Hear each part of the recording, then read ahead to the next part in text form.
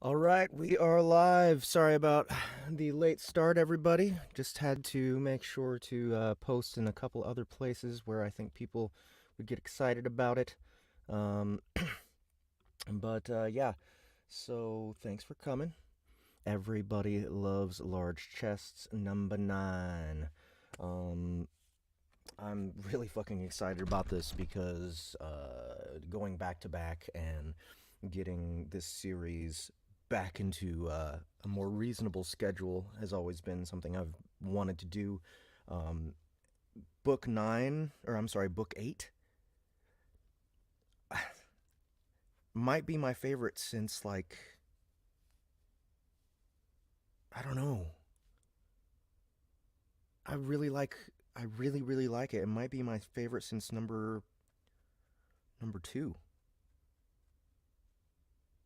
I don't know, but it's really good. I'm really excited to see where it goes from here because the ending of Volume 8 was so thrilling.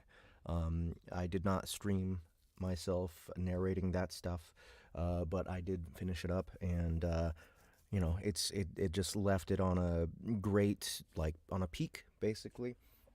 So I'm excited to see where he takes it from here.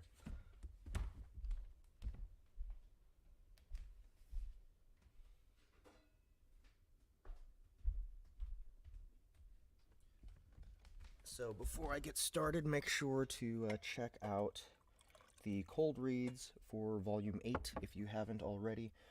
That will be both, it's still on YouTube right now, but it is also available for download on our app. Um, let's see, it's cold reads are always about 30% of the audiobook, the first 30%. I'll be doing that this week. I'm not exactly sure how long this particular book is, Volume 9. I literally just got it from Neven minutes ago, like maybe 10 minutes ago. So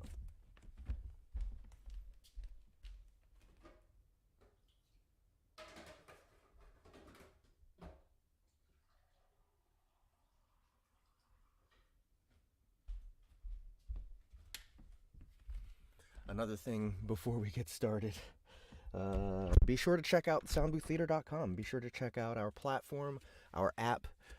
We have a bunch of great shit on there. Kaiju Battlefield Surgeon is almost finished. We are working on the very last episode at the moment. That is coming to a close. Episode 12 will be released on Halloween, as will the first episode of Seance High Falls. A really awesome, like, paranormal period piece from 1840. It's a lot of fun. It's being produced by Harlan Guthrie, who, if you guys didn't know, produced Malevolent all on his own. He did all the voices and everything for that. But for Seance High Falls, we have our entire Sound Booth Theater cast is going to be on it, plus a bunch of extra guests from other audio dramas. And I've listened to the first episode already. It's sounding fantastic. I have another listening session later on tonight. Today's episode of Cold Reads is only going to be a couple hours, so that um, so it'll just, I don't know, be maybe 5% of the book. We'll see. But yeah, go check out our platform. Kaiju Battlefield Surgeon is available, and of course Neven Iliev's The Stars Have Eyes, which, in my opinion, is the best thing he's written. And we had so much fun producing the full cast sound effects and music version of that book.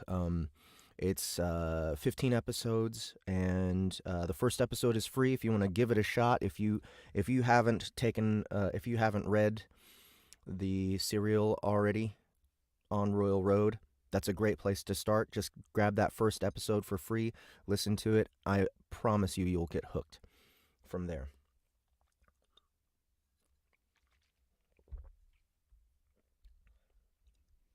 All right, so here we go.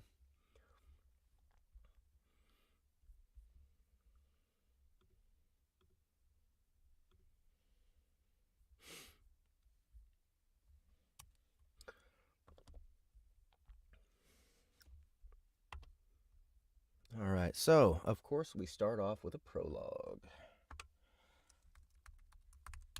Oh, and by the way, for anybody who hasn't been to the last two cold reads, I am actually going to be doing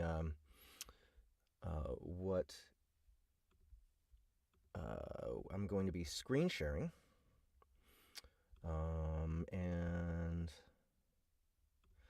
I will be showing you my process for giving notes to Ahmed, our sound effects man.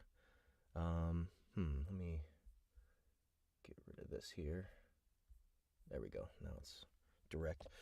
So you'll see I have these 4 tracks here.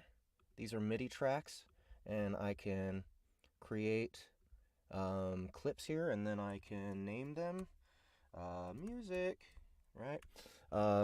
This is so that it's easy for not only Ahmed to look at it and say, okay, we need this kind of sound effect here. This is an action scene.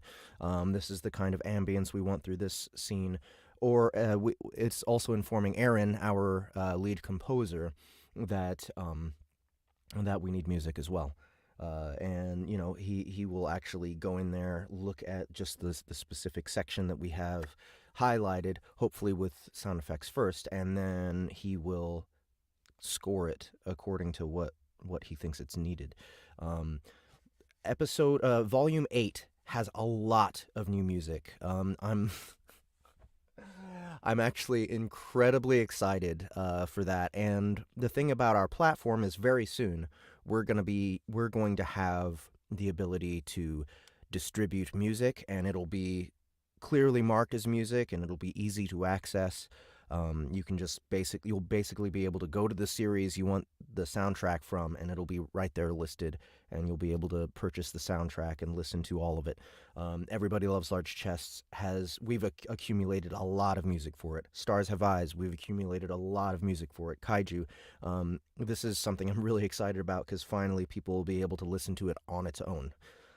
So and keep an eye out for that whenever it's coming out. Now, our new app won't have that automatically, like as soon as it releases, but that's something that we're really wanting to establish soon. So just keep an eye out. Prologue. The southern continent of Velos. The southern continent of Velos could be summarized with one word: wild. 90% of the landmass was dominated by jungles, swamps, marshes, and overgrown mountains, teeming with an overabundance of life that no civilization could hope to conquer or tame. Nature ran rampant, and the wilderness flourished without restraint. Unfortunately, as one elven druid had found out, it wasn't quite the tropical paradise she hoped for when she first arrived. Yes, there were idyllic beaches and coastlines, but those were extremely scarce.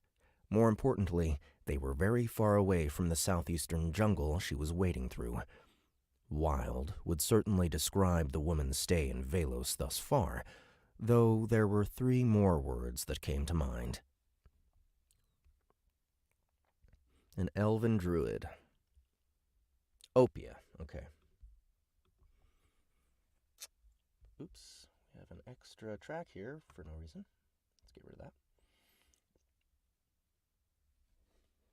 Okay, let's see. What do we have for hotkeys? We'll go ahead and... We got Annie,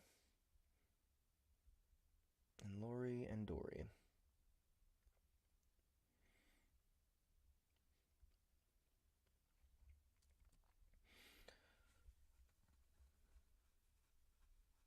Let's, I'm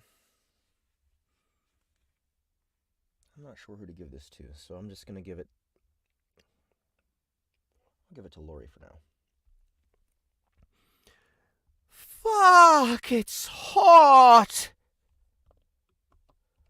Opia groaned a complaint as she wiped her sweaty brow with her bare arm. This sweltering, humid climate absolutely did not agree with the elf. Her shoulder-length, dark green hair felt unbelievably sticky. Her bangs were practically Her bangs were practically glued to her forehead. At least they weren't long enough to cover her matching eyes. Otherwise, she wouldn't be able to see a single thing in this damnable jungle. Her face as a whole, though twisted in a displeased frown, was on the cute side and surprisingly youthful for her age. She looked to be in her early 20s, and her somewhat petite upper body reinforced this illusion. However, what lay below the waist made it clear this woman was fully matured and then some. She had wide hips, plump thighs, and a full rump resembling a juicy pear. This was despite the fact that she was in overall great shape, as were most active adventurers due to their rigorous lifestyles.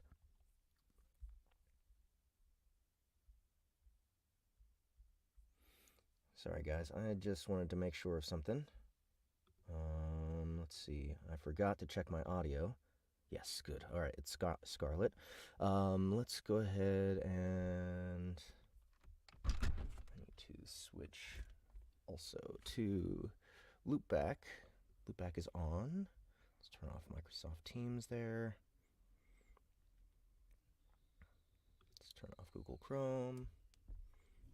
And switch mic to Loopback. There we go. Everybody can still hear me?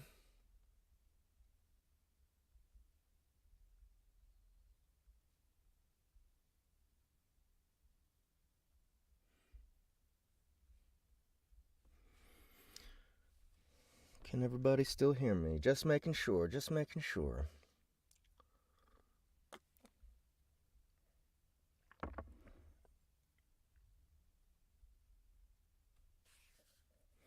Limiter off. Good call. Yes, it is. No, it's not. Well, yes, it is. Okay, good. Good. All right. Thanks, guys. Lifestyles. Turn this back on.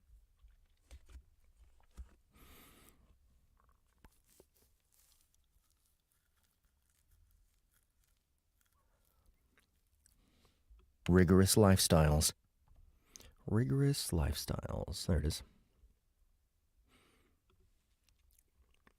For better or worse, Opia had been born with a low-ended For better or worse, Opia had been born with a low-ended generousness that strained against her beige shorts. Her top half wasn't as well endowed, as one could hardly see the two modest bumps under her short-sleeved yellow blouse. In practical terms, that outfit would be considered far too light and casual for someone in her position. Indeed, though enchanted, those garments offered almost no physical protection. This was unfortunately a necessity in the unforgiving heat. Even though the overabundant vegetation blocked the sun's rays, the humidity in the air made heat stroke and dehydration almost as big a threat as they were in the desert. While it was possible to get specialized equipment capable of diminishing or outright negating the extreme climate's effects, Opia wasn't made of money. She could barely afford all the extra-strength bug repellent she needed to avoid being constantly swarmed by insects, arachnids, and other potentially dangerous critters. This went for both the small ones and their giant cousins.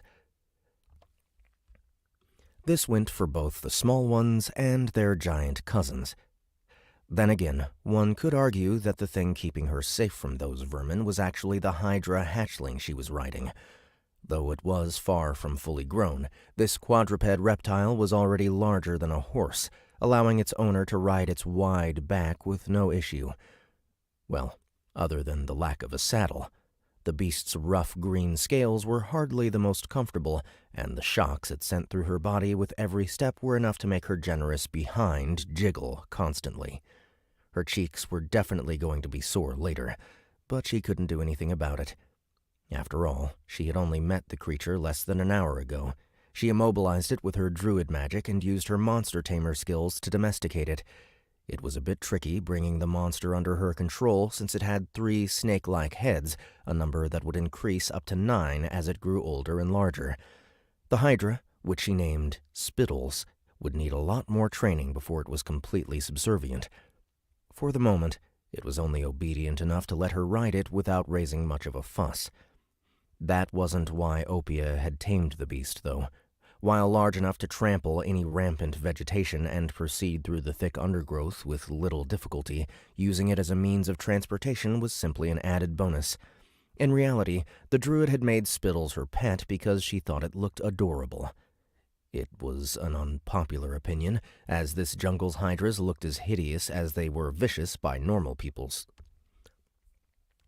Is Opia the Chaos Priest from earlier? Have we encountered her already? I'm trying to remember, was it Teresa that she came around? It was an unpopular opinion. Where'd it go? It was an unpopular opinion, as this jungle's hydras looked as hideous as they were vicious by normal people's standards. Even the local raptors thought them unpleasant, despite having scaly hides of their own. The elf didn't care. She knew fully well she was an oddball. If anything, it was harder to find an adventurer of her advanced level who wasn't a weirdo. If anything, it was harder to find an adventurer of her advanced level who wasn't a weirdo. No sane person from a stable household would take up her line of work, let alone stick with it for so long. In Opia's case, she just loved traveling, seeing new places, and learning about all the ways she could. In Opia's case, she just loved traveling, seeing new places, and learning about all the ways she could sail the cosmos without ever leaving the ground. It was a good thing she never took up the alchemist trade, otherwise she'd be too busy sampling her own products to get anything useful done. Thankfully, she was too much of a free spirit to sit in a lab and mix chemicals all day. Her fascination with dangerous critters led her to sign up as a monster tamer on her 15th birthday, which was as soon as the state would allow. That was almost 2 decades ago. Opia's love for the adorably grotesque remained, but her creature wrangling had taken a back seat to what she considered her true calling. The elf was a druid that specialized in acids, toxins, and diseases. She was equally proficient in their treatment, prevention, and offensive applications. She was equally proficient in their treatment, prevention, and offensive applications, so long as they occurred naturally or were conjured by magic. Synthesized poisons were beyond her area of expertise due to the aforementioned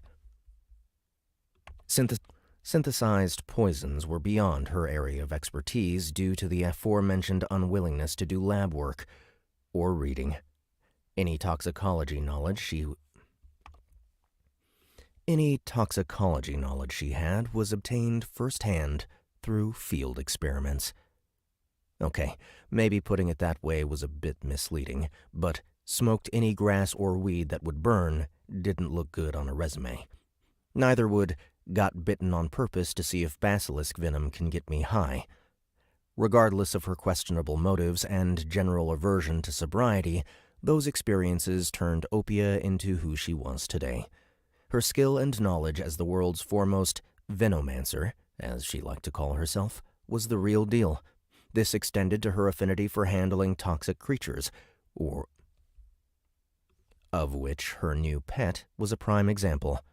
Jungle hydras, unlike their oceanic or northern cousins, had the innate ability to spit a different strain of venom from each head, giving it a variety of debilitating effects it could inflict on any prey or threat. This trait was also what gave Opia the idea of her pet's This trait was also what gave Opia the idea for her new pet's name. This trait was also what gave Opia the idea for her new pet's name, which she used affectionately. Though they'd only just met, she generally liked the big oaf, though her favorite head was without a doubt the middle one. Its venom had some potent hallucinogenic properties that made for some mind-blowing experiences or nightmarishly bad trips, depending on the dosage and the subject's constitution.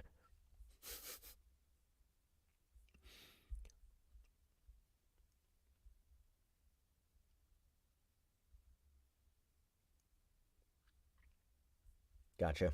Okay. New character. Getting high on Hydra Venom had to wait for later, though, as Opia was currently on the job. The local mercenary guild had posted a quest regarding the investigation and cleansing of some sort of... Okay, so real quick, I'm going to go ahead and mark for Lori. I'm fine giving Lori this role.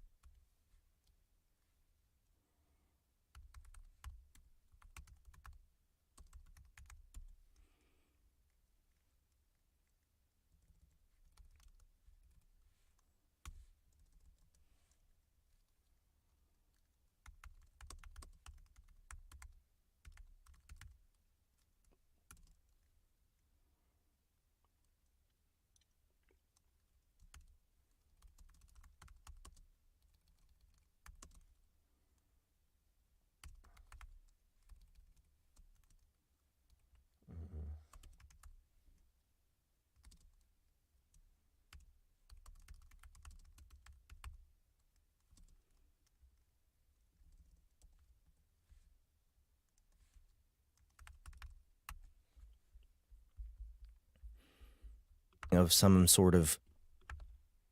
The local mercenary guild had posted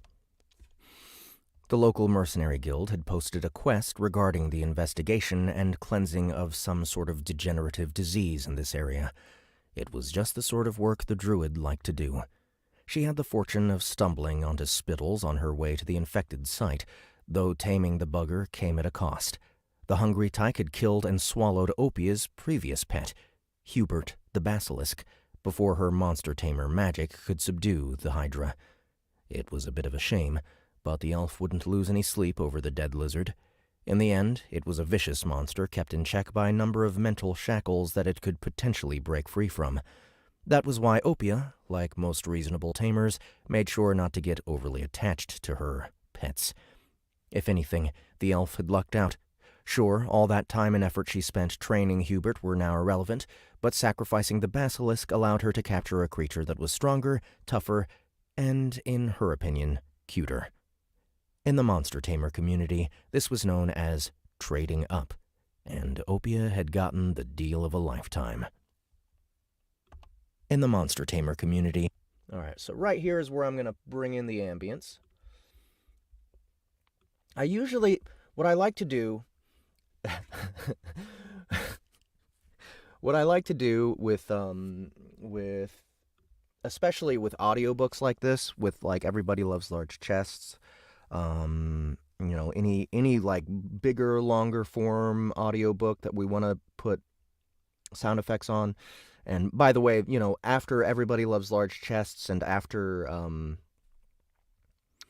whenever Dungeon Lord comes back, these are the last two audiobook series that we're going to be doing. Also,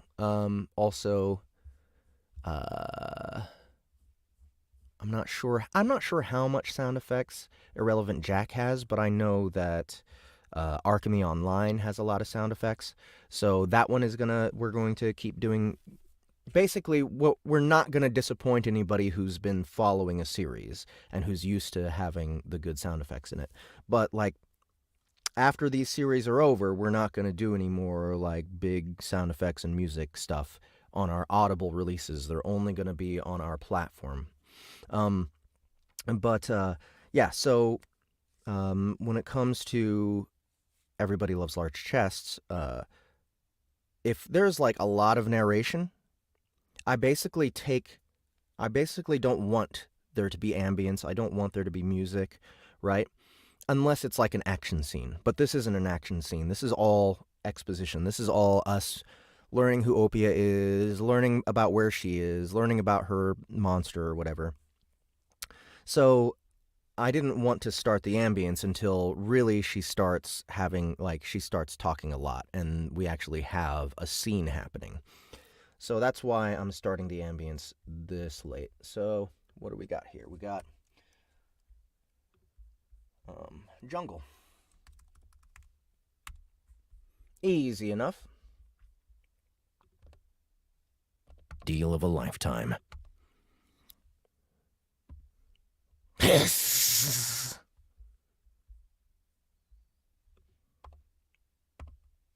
Let's see, is Lori 4? Yes, she is. What is it, boy? Spittles suddenly let out a gurgling hiss and lowered its heads warily, prompting Opia to raise her guard. The unseen threat showed itself to be a half-rotten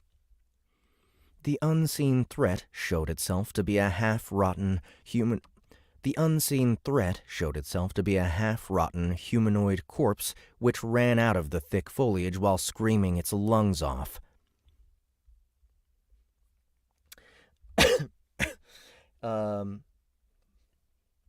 Have any of you guys played Serious Sam?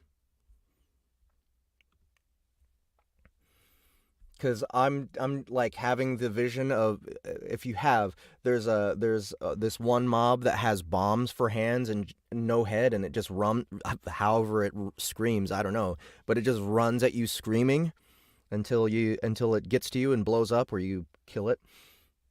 That's what I'm imagining right now, so I'm gonna try and do that.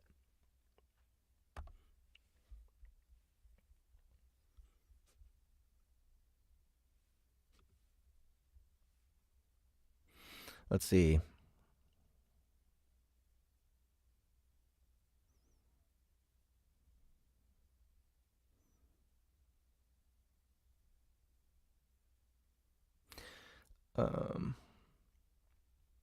So he just kind of stomps on it. Okay.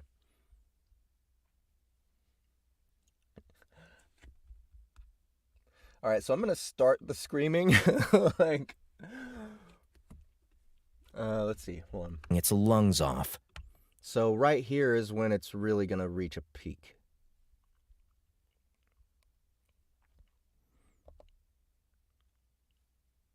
Spittles hissed and lunged forward while turning itself to the side. It body slammed. Where'd it go? It body slammed the ghoul with its flank to knock it to the ground, then proceeded to stomp it flat under its webbed front feet.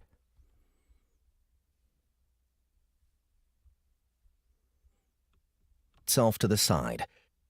It body slammed.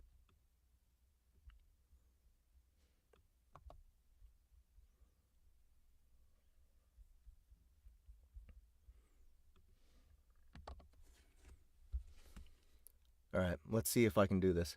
The deal of a lifetime. What is it, boy? Spittles suddenly let out a gurgling hiss and lowered its heads warily, prompting Opia to raise her guard. The unseen threat showed itself to be a half-rotten humanoid corpse which ran out of the thick foliage while screaming its lungs off. Spittles hissed and lunged forward while turning itself to the side. It body slammed the ghoul with its All right, let's see how that sounded. The deal of a lifetime. What is it, boy? Spittles suddenly let out a gurgling hiss and lowered its heads warily, prompting Opia to raise her guard. The unseen threat showed itself to be a half-rotten humanoid corpse which ran out of the thick foliage while screaming its lungs off. Spittles hissed and lunged forward while turning itself to the side. It body slammed the ghoul with its flank to knock it to the ground, then proceeded to stomp it flat under its webbed front. I think I can do it better.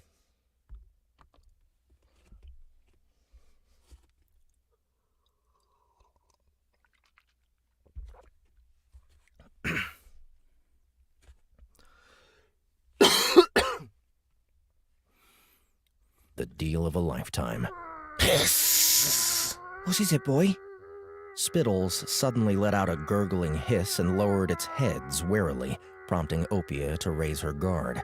The unseen threat showed itself to be a half-rotten humanoid corpse which ran out of the thick foliage while screaming its lungs off. Spittles hissed and lunged forward while turning itself to the side. It body slammed the ghoul with its flank to knock it to the ground, then proceeded to stomp it flat under its webbed front feet. There we go. All right, let's hear it. The deal of a lifetime. What is it, boy? Spittles suddenly let out a gurgling hiss and lowered its heads warily, prompting Opia to raise her guard. The unseen threat showed itself to be a half-rotten humanoid corpse which ran out of the thick foliage while screaming its lungs off. Spittles hissed and lunged forward while turning itself to the side. It body-slammed the ghoul with its flank to knock it to the ground, then proceeded to stomp it flat under its webbed front feet. All right, great. Okay, that was perfect. Okay.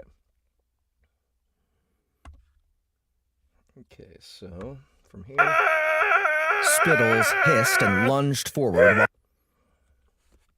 Spittles hissed and lunged forward while turning itself to the side. It body-slammed the ghoul with its flank to knock it to the ground. Spittles hissed and lunged forward while turning itself to the side. It body-slammed the ghoul with its flank to knock it to the ground, then proceeded to stomp it flat under its webbed front feet.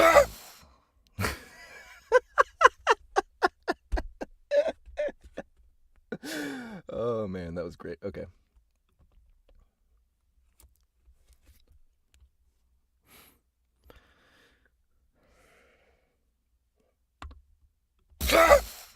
Ow!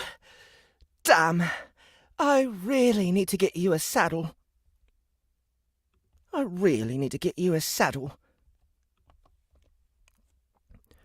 Opia rose up from the muddy ground while cursing and rubbing her aching butt. Though the Hydra hatchling had been kind enough to dispatch the walking corpse, it did so completely on its own. Its sudden movement surprised the druid, throwing her and her luggage off its back. Such embarrassing things were bound to happen, though, as it was still a fresh capture. It had to be trained over time if it was to become more obedient and mindful toward its master. Ugh, undead. Opia groaned some more. Mysterious disease, my ass. Should have known it was the freaking blight. Okay, let's see here.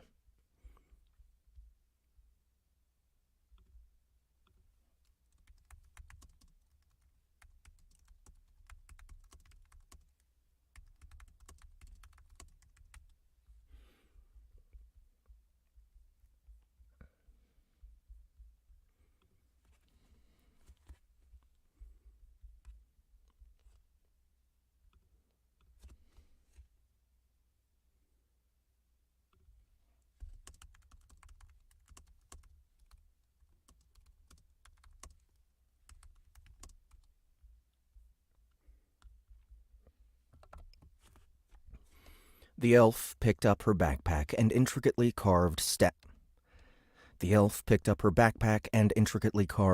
off the ground and warily pressed onwards with Spittles following behind. Her suspicions were confirmed when the vegetation around her rapidly turned from lush and green to yellow and dry for no apparent reason. It got worse over the next few minutes as the jungle transitioned into a blackened, rotting wasteland with a foul stench permeating the air.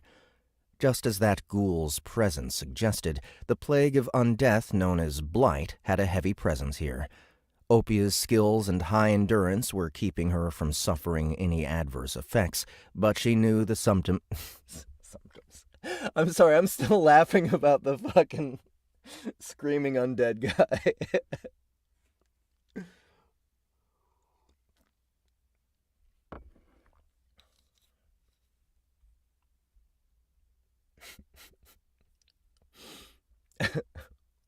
Opia's skills and high endurance were keeping her from suffering any adverse effects, but she knew the symptoms when she saw them. No other disease killed flora and fauna in such an indiscriminate fashion. She then realized Spittles lacked her resistance to the supernatural sickness, so she turned around to put a protective spell on it. Air bubble!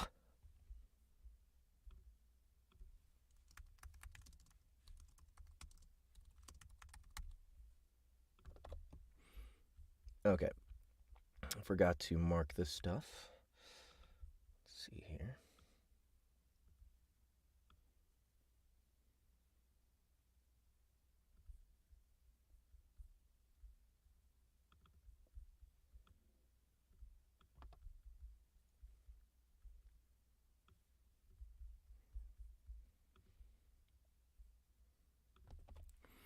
A sphere of faint green light enveloped one of the young Hydra's 3 heads, with the other 2 gaining their own as soon as the elf repeated the spell on each of them. Now that its air was actively filtered by magic, Spittles let out some pleased, gurgling noises and stomped around a bit in approval. Aw. Opia reassuringly patted each of its necks with a smile on her face, then turned her attention back to the problem at hand. Cleaning up a blight infection by herself was not impossible, though it would take her a while. By her estimate, the infected area would only be about 2 or 3 kilometers in diameter. She could easily get rid of the disease in a day or two.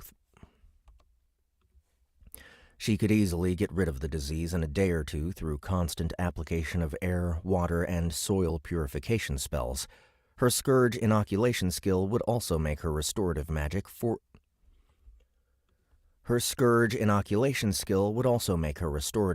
fortify the area against disease, preventing the blight from reclaiming the cleansed areas. The real problem was that doing so would surely attract the attention of any and all undead in the area, which had to be eliminated anyway if she was to completely extinguish the infection. Dealing with those was going to be a real challenge, as the undead's unnatural physiology rendered them immune to most scourge-based incantations, which were Opia's specialty. Necrotic Wave, Plague Bomb, Searing Toxin, Poisonous Gale, Petrification, and a number of other ominous-sounding spells from the Desolation School of Magic would be unusable. The same went for several of the druid's active skills, such as Degenerative Aura and Sapping Grasp. The only incantations she could rely on were caustic ones like Acid Javelin and Corrosive Splash, but they had 2 shortcomings. They needed time to melt through the undead's flesh and, more importantly, lacked the physical impact to keep them at bay. That was a task normally reserved for the aforementioned array of sinister spells. Without them, it was all but guaranteed that the elf would get stuck in melee combat with multiple monsters. This was basically a worst-case scenario for most casters, since they found it hard to chant spells when someone was ripping out their throat.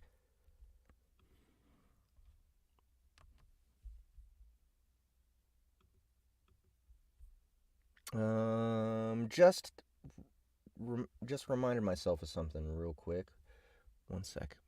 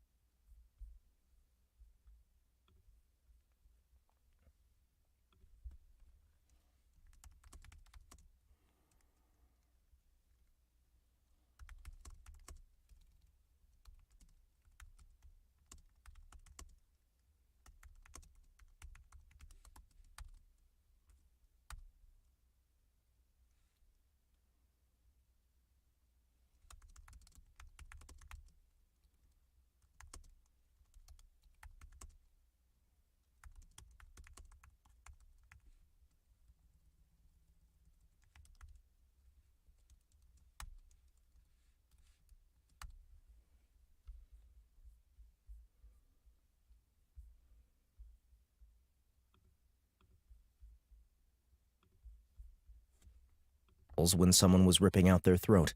Let's try that again. This was basically a worst case. Alright, where to go? This was basically a worst case scenario for most casters, since they found it hard to chant spells when someone was ripping out their throat.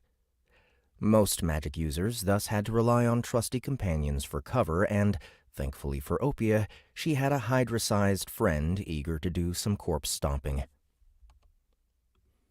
Most magic users thus had to rely on trusty companions for cover, and, thankfully for Opia, she had a Hydra-sized friend eager to do some corpse stomping. She'd have basically no control over Spittles and would just have to let it go on a rampage while she supported it from afar.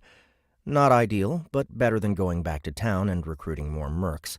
That would involve splitting the quest reward. And wasting even more of that expensive bug repellent. Forget making a profit. The elf would be firmly in the red if she did all that. Sure, Spittles had practically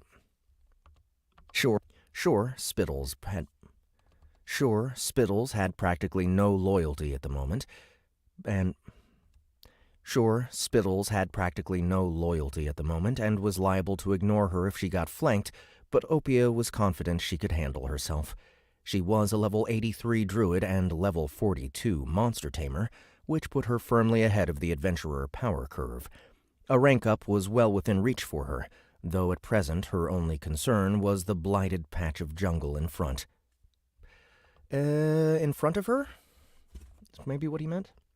A rank up was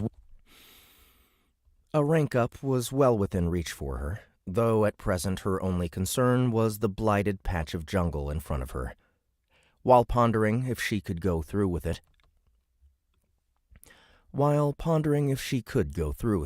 the pear-shaped elf looked down at the bracelet on her left wrist.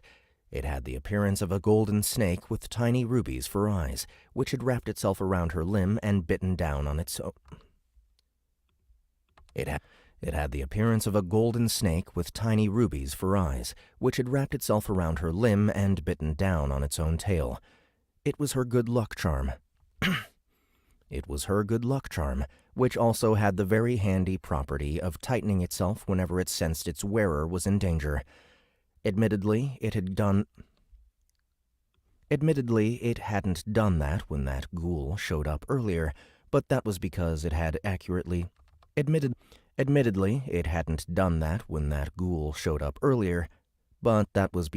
accurately judged a single sack of rotting flesh was no threat to her and her new pet. Considering the bracelet hadn't given her a single warning since she entered the infected area, Opia felt encouraged to try and handle this by herself. She began scouring the blight's perimeter, looking to thin out the undead presence while liberally applying purification magic. She ran into a few groups of zombified monsters and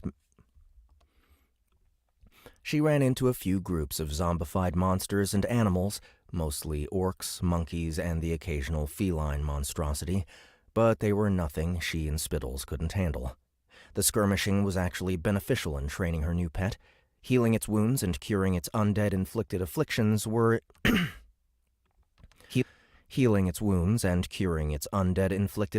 was steadily showing it that Opia was a reliable ally and caretaker, making it more likely the monster would remain a good boy when things turned sour. It actually seemed to be having fun, since it was able to get into fights over and over without having to worry about its health. Sure, it had the regeneration skill, but that ability rapidly drained its MP, and the monster didn't have much. Hydras had a shockingly low amount of intelligence despite their overabundance of heads. It was rare for them to indulge in their violent impulses this much, hence why Spittles was enjoying the undead cleansing chore. It was rare for them to indulge in their violent impulses this much, hence why Spittles was enjoying the undead cleansing chore. This emotion was conveyed to its tamer through their magical bond, and Opia couldn't help but get infected by its good mood. However, the elf's easygoing attitude disappeared the instant her wrist-mounted early warning system tightened itself, digging into her skin hard. Okay, so let's see here.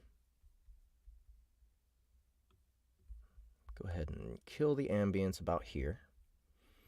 Maybe we'll bring it back over here. The early warning system tightened itself, digging into her skin hard. This timing was pretty bad, as she was still in the middle of melting down the latest pack of undead fodder. To make matters worse, whatever set off her lucky charm was exceptionally big, judging by the loud thuds that rapidly grew closer. The elf somehow managed to mop up the stragglers in the next few seconds and turned to escape, But it was already too late. The major threat burst out from some half-rotten foliage behind her. The major threat burst out from some half-rotten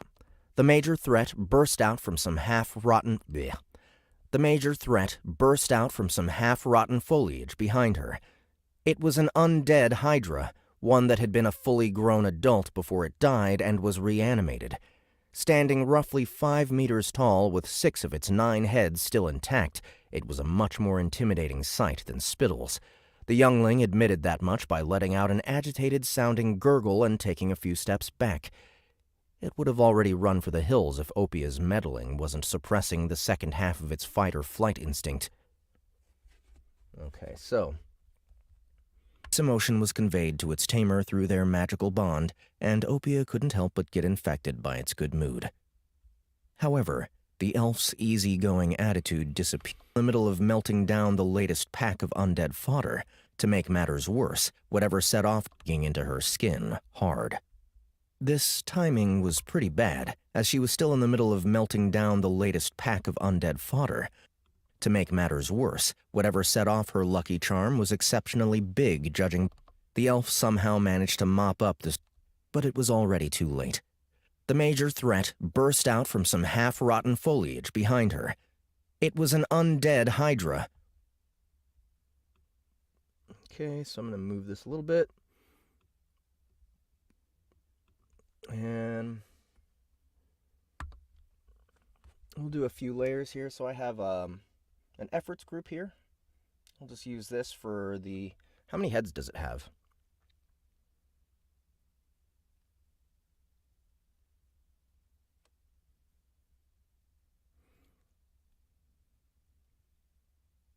Six of its 9 heads still intact. Okay. There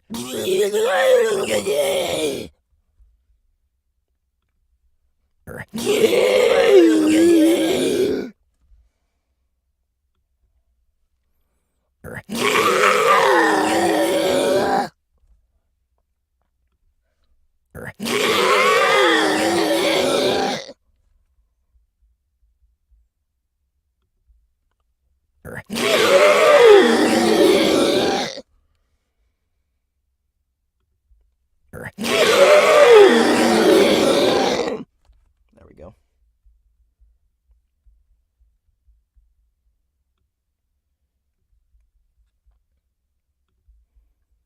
I can probably bring them all down in volume a little bit.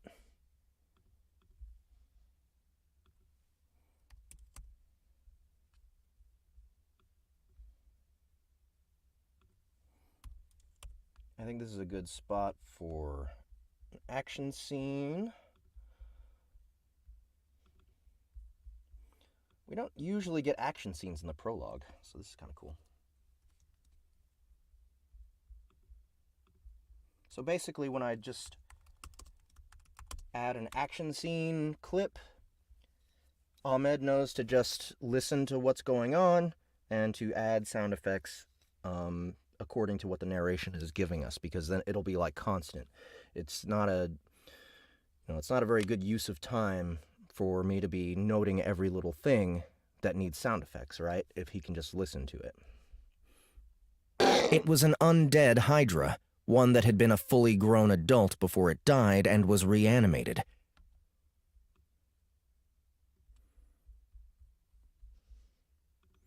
So I'm not exactly sure what kind of music we're going to do here, but I do want to add it right there, just so I remember. Oh yeah, let's make sure to label that instinct whenever I know what to label it as. This was fortunate for the elf, as she was able to climb onto Spittle's back and grip one of its necks for support before it abandoned her here. Go on then! Run!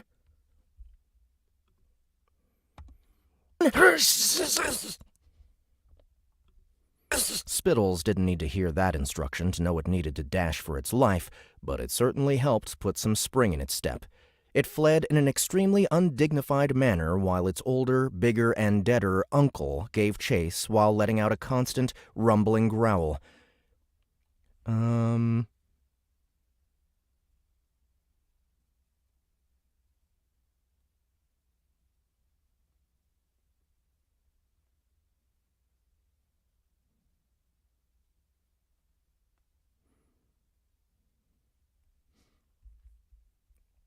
Growl.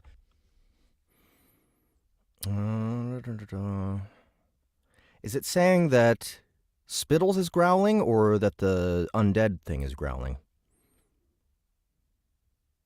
Okay, the undead thing is. Okay.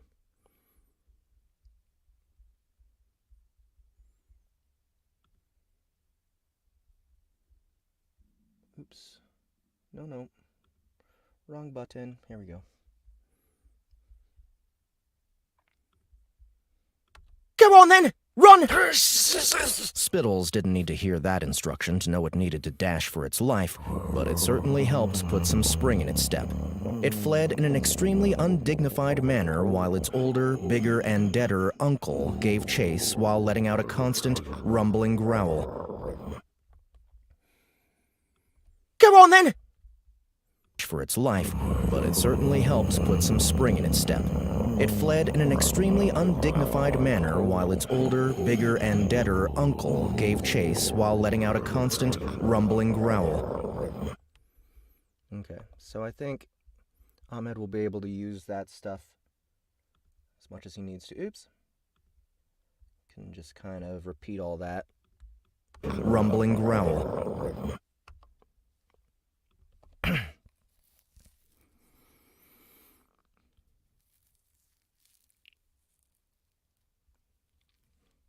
Growl. Where's the growl? There it go.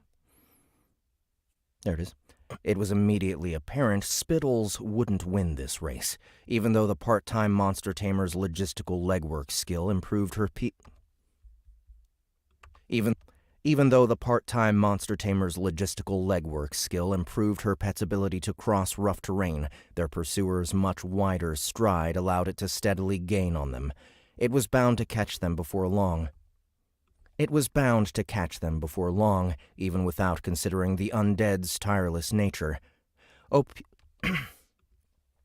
Opia desperately racked her brain to figure out a way to save the hatchling, but she couldn't think of anything. Her pet's violent movements made chanting magic impossible, as the druid would surely bite her tongue if she started flapping her gums. She could train it to be more mindful of its passenger to facilitate mounted spell-slinging, but it was too advanced a feat for a fresh recruit like Spittles. Without her magic, there was no way to affect the outcome of the chase. The most the elf could do was try to leap off its back and use the larger living being as bait, leading the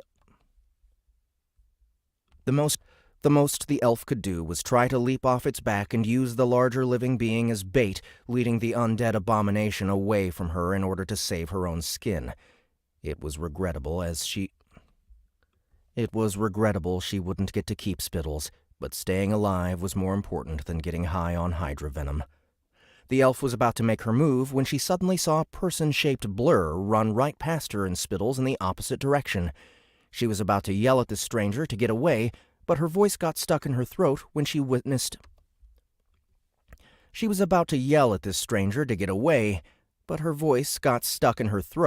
witnessed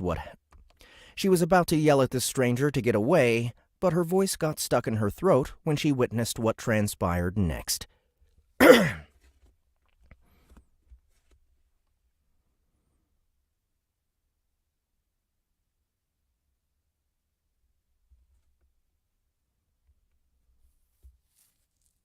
Okay.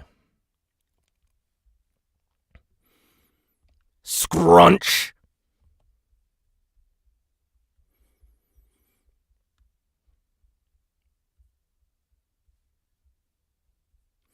Maybe we don't need music there?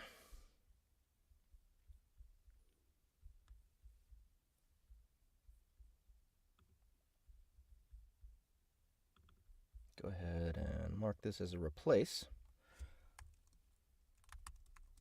So now that we do sound effects and music, of course, whenever there's a, onomatopoeia that I narrate, we just replace it with the actual sound effect.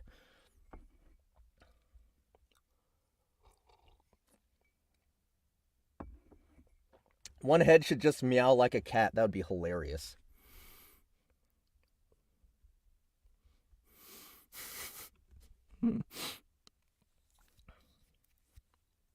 Sorry, that was, for anyone who's just listening to audio, that was a comment that Ron Big made. That would be funny, but no. A single kick. That was all it took to stop the undead Hydra in its tracks. The concentrated impact to its front right leg was so great that the limb turned to dust, forcing the zombie's enormous torso to slam into the dirt. The colossal creature coiled its many heads back as it prepared to lash out and bite this intruder clean in half. But the mysterious stranger leapt up towards the base of its serpentine necks before it had the chance. Flurry of blows! Savage sweep! Flurry of blows! Savage sweep!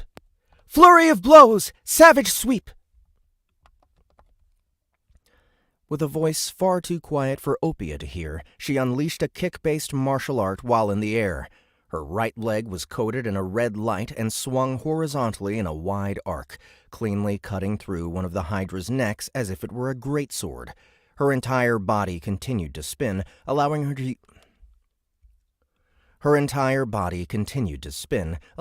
to use both her legs to perform a beautiful 6-hit whirlwind kick combo. The Hydra was beheaded before her feet even had a chance to touch the ground. But she wasn't done yet. She angled her body sideways, using the momentum of her revolutions to deliver a guillotine-like chop with her right hand, nearly splitting the creature's headless body in two as it hit the ground. The druid and her pet could only watch in awe while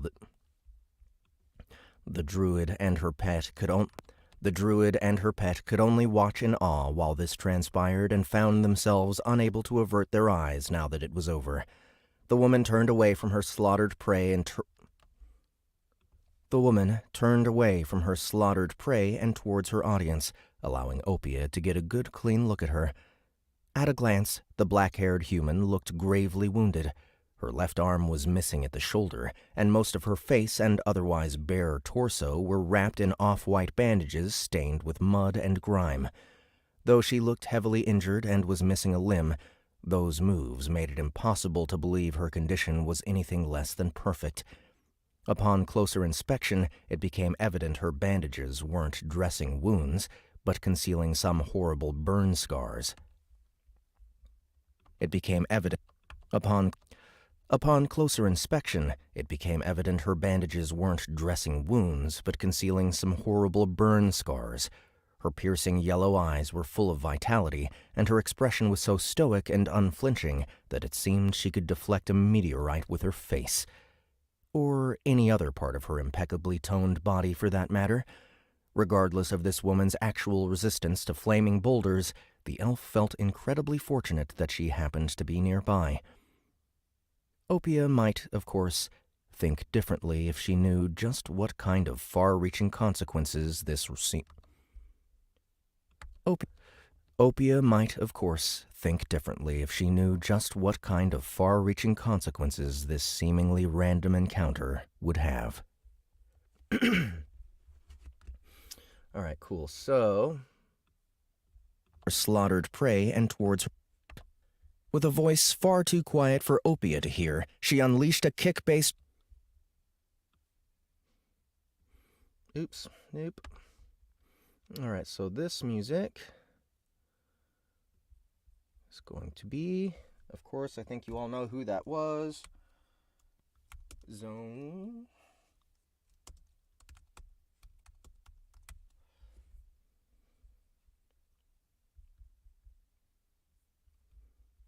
To stop that the limb turned to dust. The colossal creature... Flurry of blows! Savage sweep! Through one of the Hydra's necks as if it were a greatsword.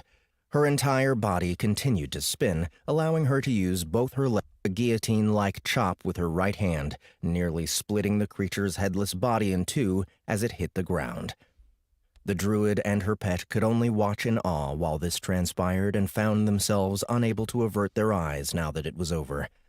The woman turned away from her slaughtered prey and towards her audience, allowing Opia to get a good clean look at her.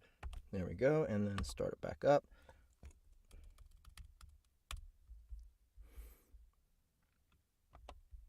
There we go. Nice. What time is it? Cool. Loved this prologue. This is all action scene. Boom. So that's what the prologue looks like in Ableton. Pretty fun. Not too much sound effects, but a lot for a prologue. And starting Chapter 1, Part 1. Should be able to do one more here. One more little section. And that'll be it for today. Again, thank you guys so much for coming to hang out. Really appreciate it. And if you are interested in the last cold read I did for Stain, that's Volume 8, you can check out the cold reads from that session on the Sound Booth Theater app and on our website. You can just download it for free, listen to the whole thing without having to stream through YouTube. Also the audio edition is like edited a little bit to where like long silences, long pauses and stuff got eliminated so that, you know, it's a little bit more of a streamlined listen, but you will still hear my fuck ups. You will still hear me get frustrated or work things out or explain methods or whatever. Then also you can pick up Neven Iliev's The Stars Have Eyes on sale now. The entire series is out, all 15 episodes. If you haven't tried it yet, just pick up the first episode, see what you think. If you like Everybody Loves Large Chests, I won't say that The Stars Have Eyes is necessarily going to be, it's like basically nothing like Everybody Loves Large Chests, except the style of writing, the style of humor is still the same because it's still Neven. But it's not dirty, it's not, you know, violent and fucked up. It's actually a very sweet, wholesome experience. It's a romantic comedy, and it's just about as perfect as a romantic comedy could possibly get. Ahmed and I worked very hard on it. And the cast also. Annie plays Magra Thlack, the Observer, perfectly. It's just such a wonderful piece of audio theater, I'll say. And we've been having quite a lot of success selling it over the past few months. Everyone who's picked it up basically has loved it. I think I saw one person who bitched about it. They were like, nothing happens in this thing, which is, I guess they just weren't paying attention. There are things that happen the whole time. But yeah, guys, go check out soundbooththeater.com. We're going to have a giant sale and celebration on Halloween. Our new app is coming out very soon. I'm hoping, it's looking like we're going to be able to release it this weekend. That means, now there will be some downtime, right? As the old app is phased out and the new app is installed in its place, there's a bit of downtime that's going to be happening over the weekend. So make sure to do your listening over the week, or, you know, you can always go to our browser player and on the website if you still want to listen to stuff over the weekend. But there is just going to be a little bit of downtime as the apps switch over. But then the new app is going to be released. It's so much better than our old app, the one that you guys may be used to already if you have been listening to things through our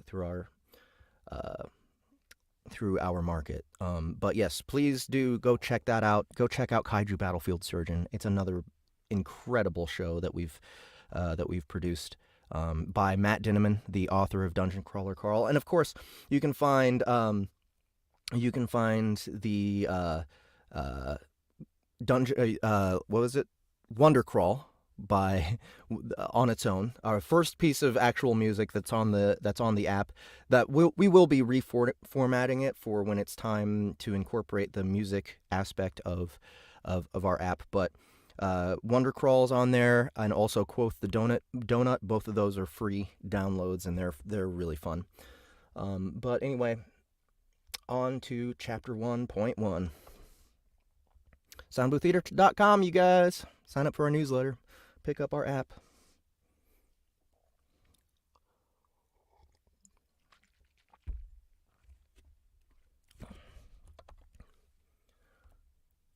Chapter 1.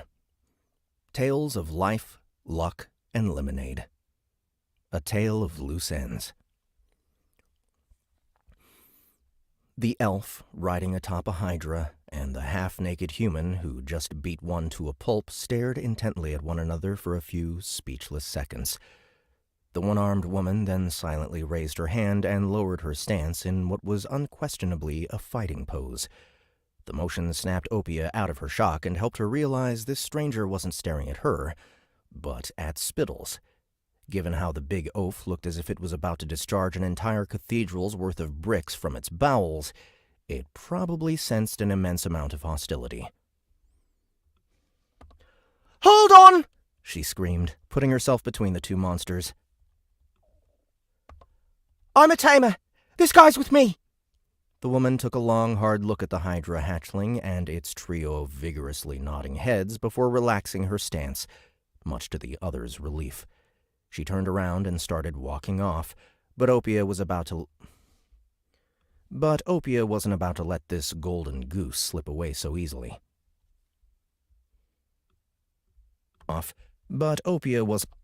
Okay, so let's go ahead and get the jungle ambience going here. I love the vigorously nodding heads. Yep, I'm with her. Yep. Real quick, guys, I'm going to go blow my nose.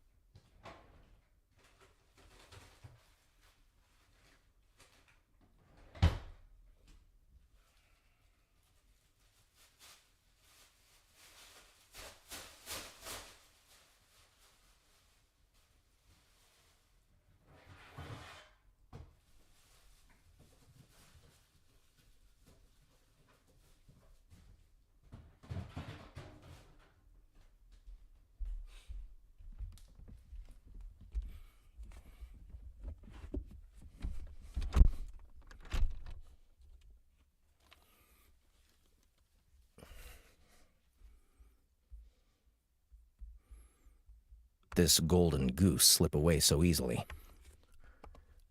"Please, wait! You're a monk of Axel, aren't you?" These should be in Laurie's track.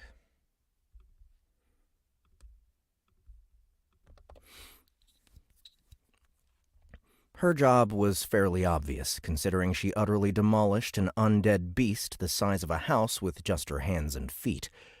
The way it practically... Her hand and feet, probably. Her job was fairly obvious, considering she utterly demolished an undead beast the size of a house with just her hand and feet. The way it practically disintegrated from her blows suggested divine energy was involved, and a monk's key was the only thing Opia knew that fit the bill. Furthermore, she judged it was highly likely the woman in front of her was a disciple of war based on the peculiar thigh-slit pants and knee-high sandals she wore. Angel's religion, Axel's. Axel's religion was the dominant one in these parts, and Opia had seen plenty of his followers wearing similar clothing. Granted, her bandaged toplessness was a bit weird, but the way the stranger stopped at her words made it clear her educated guess had been right on the money. "Why don't we join forces to wipe out the undead and clean this area of the blight?" the druid suggested. "Surely you would rather not let this unholy infestation continue to fester?" The human monk turned around and approached the druid with a quick step until the two were standing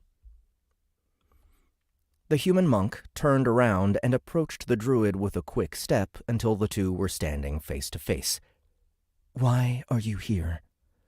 Both her voice and face oozed of disinterest, in stark contrast to the gleam in her eye. Maybe it should just say oozed disinterest? I'm going to say that instead. Both her voice and face oozed disinterest, in stark contrast to the gleam in her eye. "Why are you here? Why are you here?" Both her voice...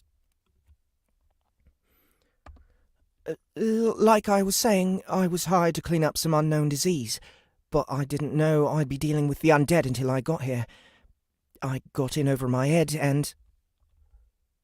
Why are you here? The stranger interrupted Opia by repeating her question. The druid was stunned silent for a few moments until she realized the monk wasn't asking about the here and now, but her long-term intentions. It was a legitimate question, as nobody went to Velos unless they were all out of options, and the elf obviously wasn't a local. It was still rather rude to ask it out of the blue, but the elf needed this woman's strength to safely accomplish her mission. That and her bracelet wasn't picking up any signs of hostility. That and her bracelet wasn't picking up any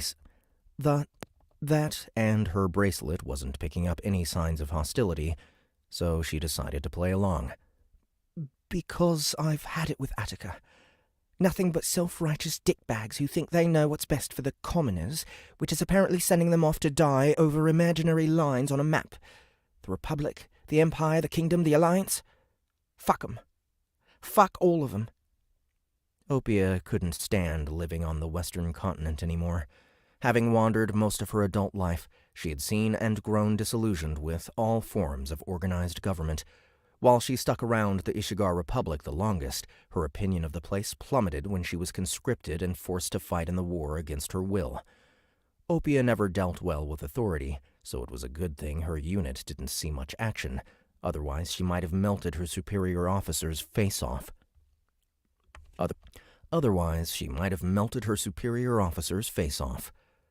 Once that was over, she left the Republic out of spite and went across the south border. She had some bad memories from her childhood there, but at least the Empire didn't force its own citizens to the front lines. They also had steady work for someone with her talents. As the humans still had their hands full trying to contain the deadly miasma. They also had steady work for someone with her talents, as the humans still had their hands full trying to contain the deadly miasma released by the calamity of Monatal. The job was exhausting and the regulations a bit stifling, but the steady salary and agreeable working conditions were more than satisfactory for the elven mercenary. Plus, she was doing her part protecting the environment as a druid, which was the icing on the disaster management cake. However, for better or worse, the career path abruptly ended 3 weeks ago. The Empire had struck some kind of deal with the Horkensaft Kingdom about bringing in experts to deal with the ongoing environmental disaster. The way the elf heard it, these people were a bunch of blue-skinned gnomes that lived on the moon.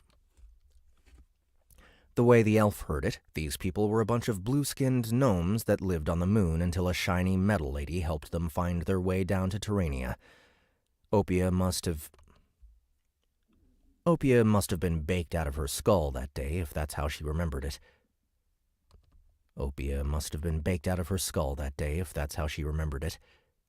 Point was, those stories had some weird... Those shorties had some weird thing called a plague ward totem.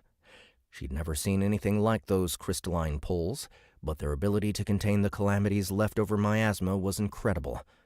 Opia had confirmed it herself, as it was one of the last tasks she got before the Empire fired her along with most of her fellow contractors. It wasn't surprising the government did that when those imported totems did a far better job of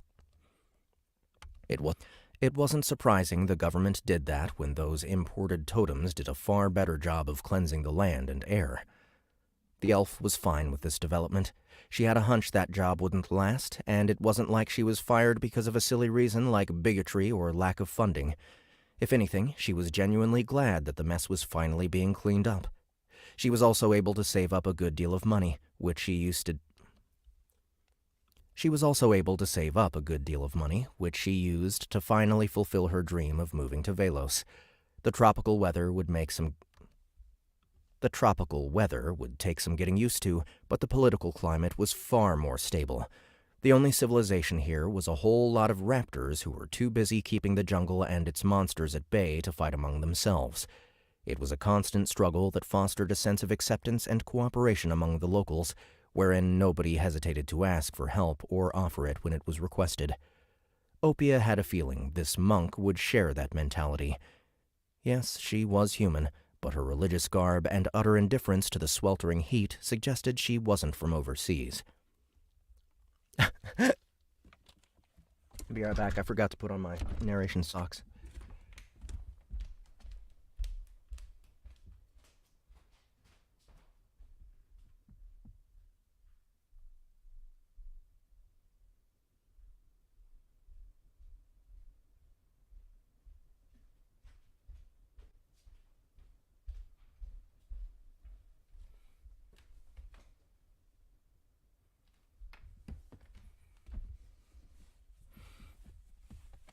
Specifically engineered by NASA to improve narration quality.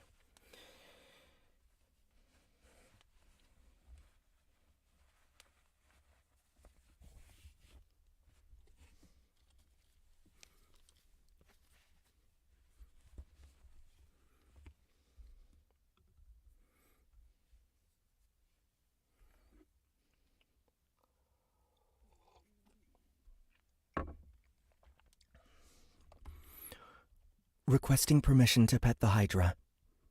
The woman's next words completely threw the elf for a loop. I'm sorry, what? Requesting permission to pet the Hydra, the woman calmly repeated. Really? You want to pet this guy? She pointed at the Hydra and received a firm nod in response.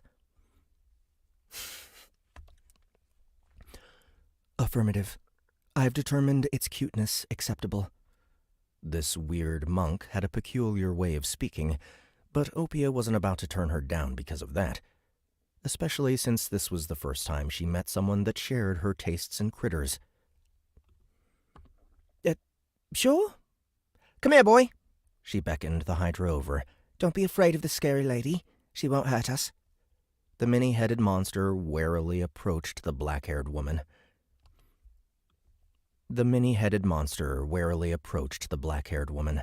It lowered one of its serpentine heads towards her, sniffing while tasting the air with its forked tongue. The monk raised her hand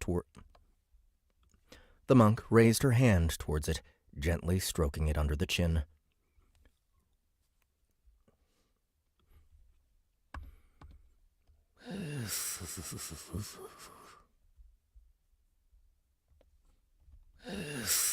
Where'd it go? The Hydra thoroughly enjoyed this, which it displayed by closing its eyes while hissing quietly. Wow, you're kinda good at this, the elf commented. Had a similar pet once, long ago. So, you're also a monster tamer? No, my father was. It had been a long time since she had thought about her father. He was a raptor who fell in love with a human woman despite the massive biological gap between their races. A certain amount of deviancy had to be involved for a scaly and a smooth skin to produce offspring, so it wasn't surprising that the product of that union was also a bit off. The monk's mixed lineage was why she had those unusual yellow eyes, though she attributed her skewed aesthetic sensibility and combative nature to her upbringing. She grew up in a harsh land, raised by parents that, while loving, were definitely weirdos. She wasn't sure when or how her love of fighting manifested itself, but once it did, she joined Axel's ranks as a disciple of war as soon as she was able. Her parents supported and encouraged this choice at the time. They probably wouldn't approve of what she had become over the past 2 decades, but they were too dead to have a say in the matter. What's your name? The monk's idle reminiscing ceased at those words. This wasn't a simple question to answer. She was technically a fugitive in both the Empire and Republic, so revealing her real name or call sign was probably a bad idea. She could still go with one of her old nicknames, though. Jen. Well, good to meet you, Jen. I'm Opia, and this big guy's Spittles. Hello, Spittles. Jen's face. Hello, Spittles. Jen's face. Hello, Spittles. Jen's face and voice remained as ice-cold as ever, but her actions displayed she was having a lot of fun petting the Hydra. The feeling was mutual, as its other two heads leaned in, eager to get their chins scratched. The human thoughtlessly tried to move her left arm to oblige them, but only ended up awkwardly wiggling her shoulder. That grim, abrupt reminder of what she had lost in Watford instantly deflated her good mood. She stopped playing with the monster and caressed what little remained of her limb, her lips pursing together in frustration. She could still see it every time she closed her eyes, that red-skinned fiend holding her in place while her cowardly master detonated her body into a searing, blinding swirl of green flame. No, calling Boxy cowardly was just her spite talking. She now understood the shapeshifter was far too pragmatic to fight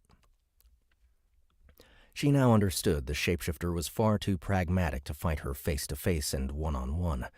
While she saw the shapeshifter as a source for entertainment and self-improvement, it treated her like a threat that had to be disposed of through any means necessary. Hating a monster for such a pragmatic attitude was like being pissed at a rock for being so solid. The benefit of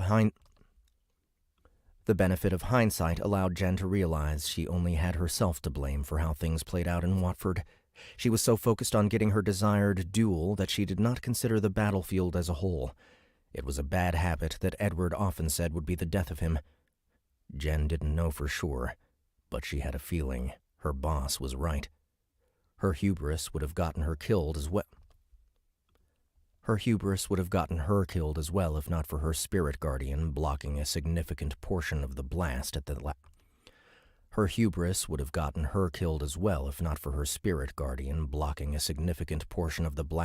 last moment.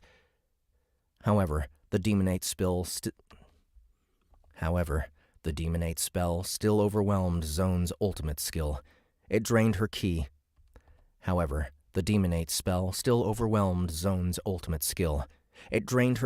Knocked her out, and flung her clean across the city. When she woke up, she was one arm lighter and lying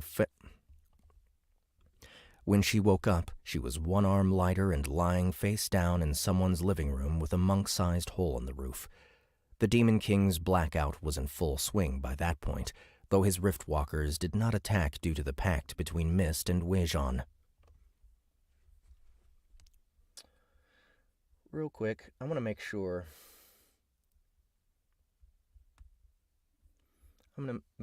that's the correct pronunciation. Weijon. I think Weijon makes sense. Let me undo that.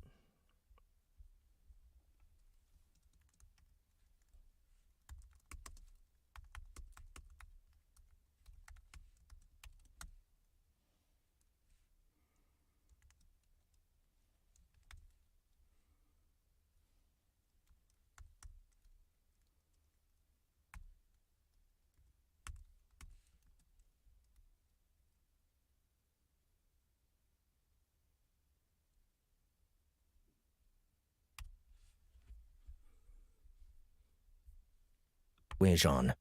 Pact between Mist and Weijon. Though his Riftwalkers did not attack due to the pact between Mist and Weijon.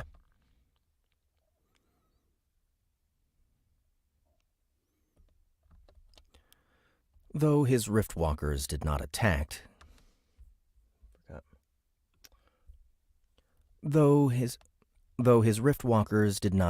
due to the pact between Mist and Weijon. The heavily injured woman used the confusion and darkness to her advantage, retreating to one of the fallback points Edward had set up. The heavily injured woman used the confusion and darkness to her advantage, retreating to one of the fallback points Edward had set up just south of the town. But when none of the other Gilded Hand members showed up after several days, she faced the reality that they were not coming. Disheartened, lost, and lacking options, she ended up fleeing the country and winding up here. Disheartened, lost, and lacking options, she ended up fleeing the country and winding up here, the land where she was born and raised. Whether it was due to some kind of homing instinct or because she was as fed up with governments as Opia, she could not say. Yet, what had she done since then? Nothing but wander around randomly beating the crap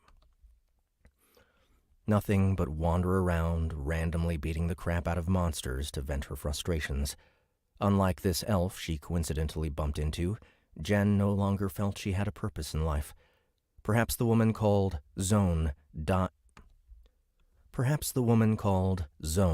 did die that day, as none of the conviction and vigor she once had. Perhaps the woman called Zone did die that day, as none of the conviction and vigor she once had could be seen in this crippled shell. Granted, it was a shell that could turn boulders to dust with a single headbutt, but she still felt hollow inside.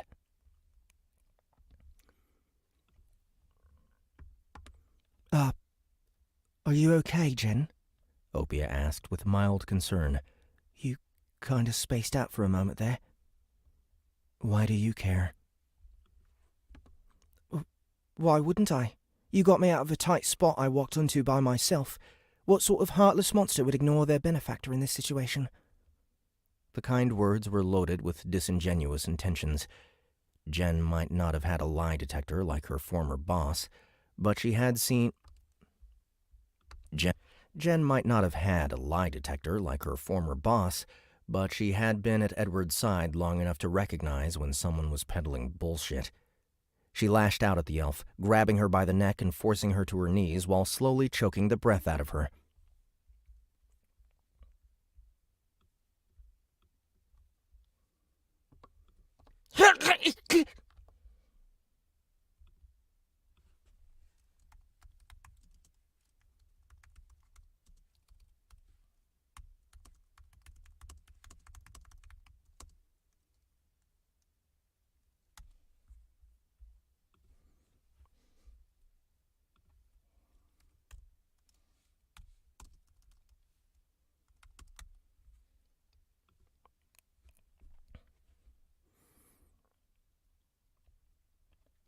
This seemingly unwarranted act of violence made Spittles run off due to its lack of loyalty towards Opia, but the elf seemed surprisingly calm for someone struggling to breathe.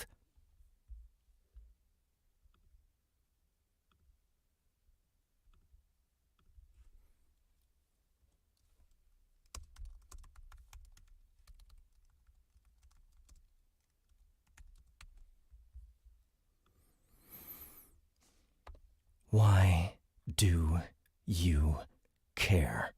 Jen asked, her voice showing actual signs of hostility.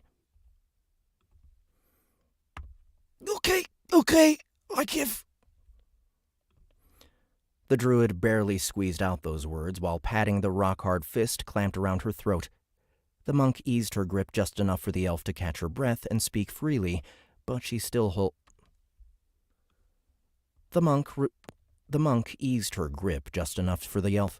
The monk eased her grip just enough for the elf to catch her breath and speak freely, but she still held onto her neck.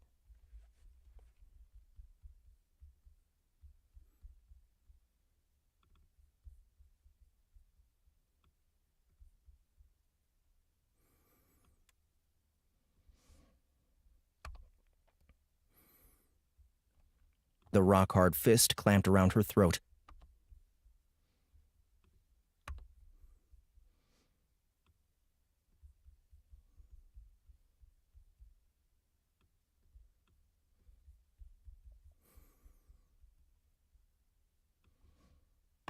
throat. The monk eased her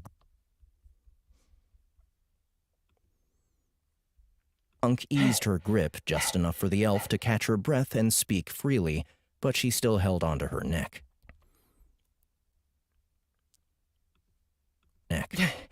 I need your power to finish this quest. I was hoping to reel you in using sympathy and divine duty and then keep the reward for myself. That's it, I swear. Opia was never much of a gambler, but she knew when to hold them and when to fold. Opia was never much of a gambler, but she knew when to hold them and when to fold them. This was folding time. I could snap your neck like a twig. The monk wasn't kidding. She only needed to put a bit more strength into her grip. You can, but you won't. The elf stated confidently. We both know that, and I will admit I was at fault for trying to trick you, so let's call it even and discuss this like civilized people. Jen stared down the druid for a few more seconds before she let go.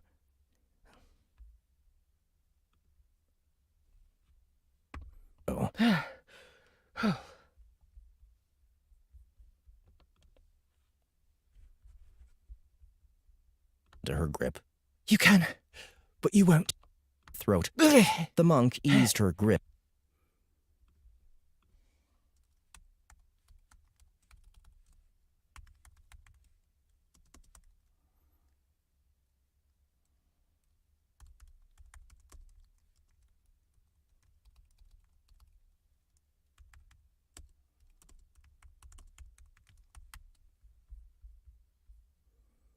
You can, but go.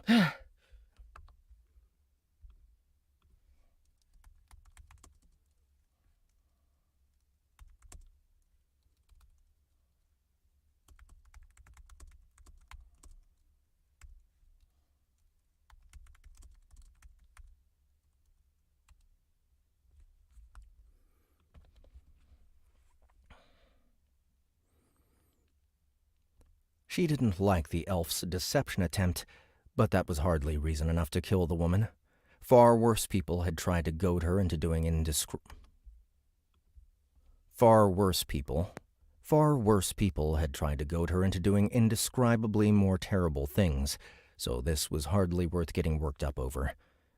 In actuality, she was rather intrigued by this odd knife ear, and not just because they seemed to share certain eccentricities.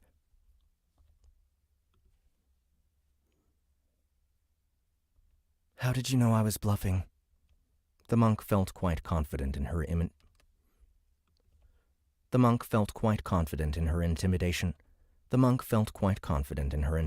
techniques, yet this seemingly random elf did not fall for her act in the slightest. Truthfully, I didn't, Opia said, rubbing her bruised throat. Sneck saw through you. Sneck saw through you. Truthfully, I didn't. The elf lifted her arm, showing off the golden snake bracelet. She gently stroked the sculpture's head, causing it to suddenly spring to life. Its tiny, toothless jaw opened, releasing its tail in the process. The animate piece of jewelry slithered up the elf's raised forearm until it was standing on her open palm.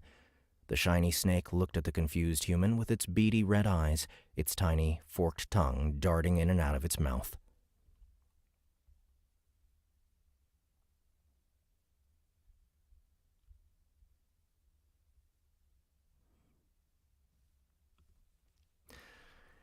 Okay, I didn't realize Sneck was going to talk.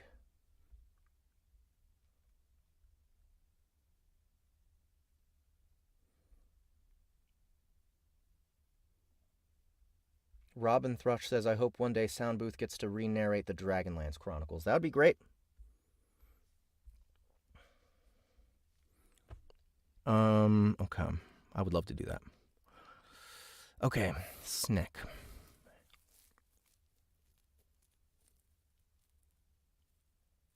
Sneck.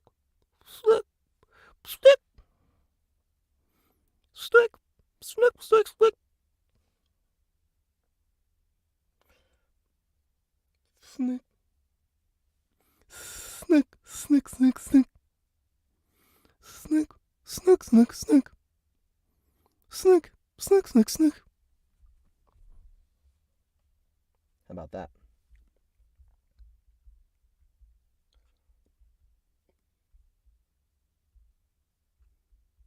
Okay. Ooh, crap. I got rid of the AI.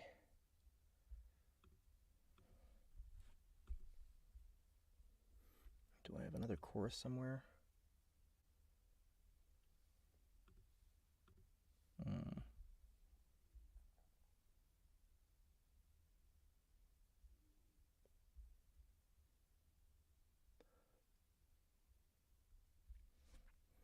Alright, I'm just going to do it in my track. Snake. Snake. Snake. Snake, snake, snake. Snake. Snake, snake, snake. Snake. Snake, snake, snake. Snake. Snake, snake, snake. Snake, snake, snake. Snake, snake, snake. Snake, snake, snake. Snake, snake, snake. Snake, snake, snake. Snake, snake, snake. Snake, snake, snake.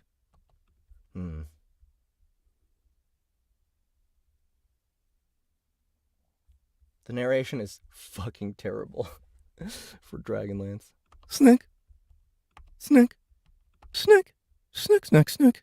I'm not getting it where I want it. Snake. Snake, snake, snake. Snake. Snake, snake, snake. Snake, snake, snake. Snake, snake, snake, snake. Snake, snake, snake, snake. Snake, snake, snake, snake. Still, I don't know. Its mouth. Snake, snake, snake, snake.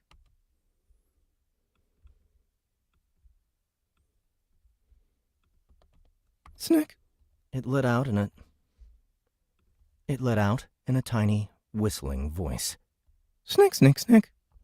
Snake, snake, snake. Snake, snake, snake. Snake, snake, snake.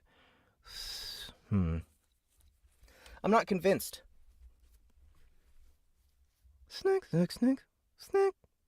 Snake. Snake. I feel like maybe more nose. Snake, snake. Snake, snake, snake. Snake, snake, snake. Snake, snake, snake. Snake, snake, snake. That might be it.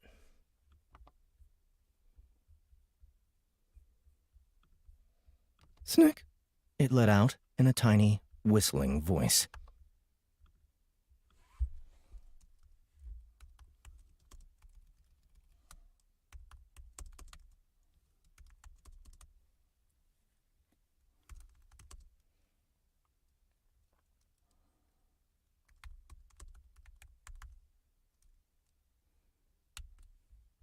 Snake, snake, snake, snake, snake. Does it need to be higher pitched? Snake, snake, snake.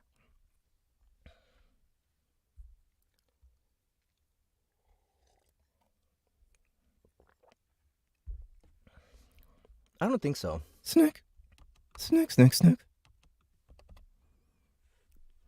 I think when it's gonna... I think when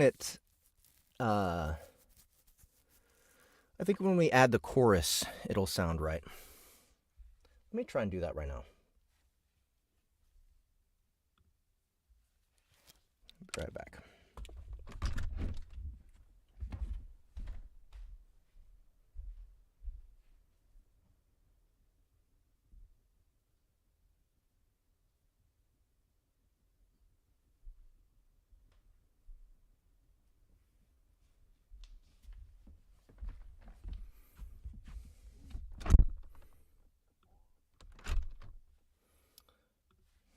Go.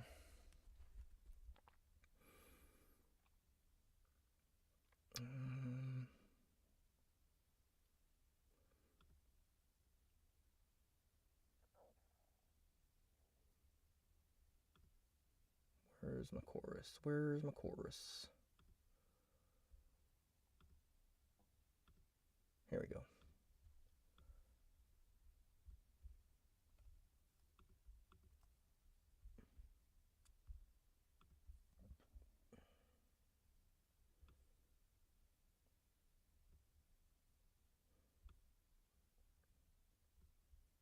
I'll leave it here.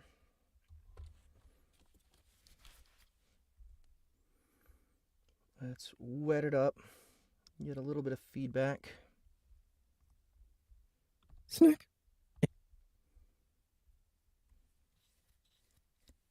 Maybe it needs some envelope as well. Snack. Snack. Snack. Snack. Snack, snack, snack. I think maybe it does.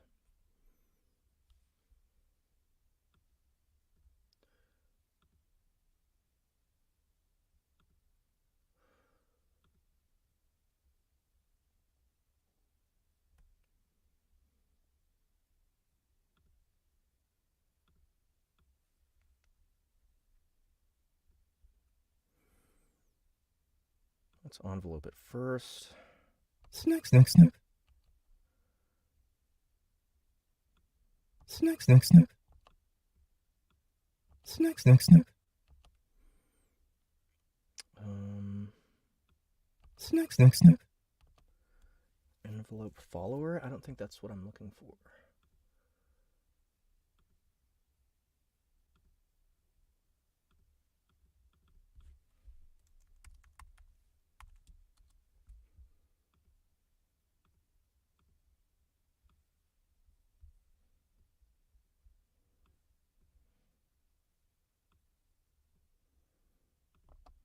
Snack, snack, snack.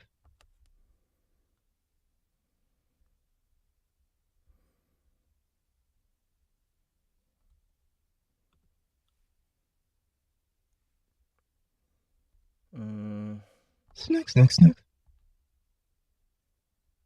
Let's get a square shape. Snack, snack, snack. And snack, snack, snack.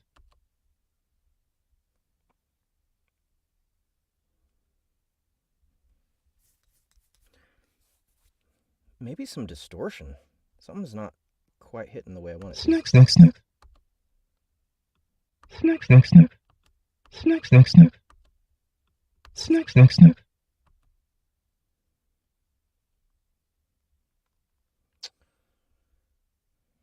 Snack, snack, snack. Snack, snack, snack.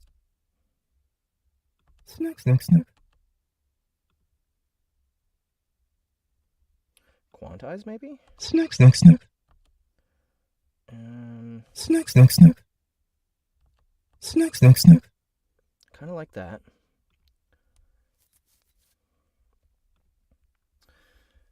Maybe if we then do a little bit of overdrive.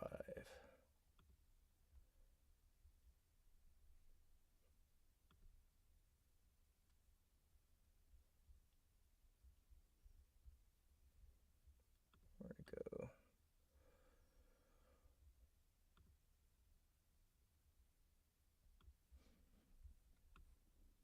There we go.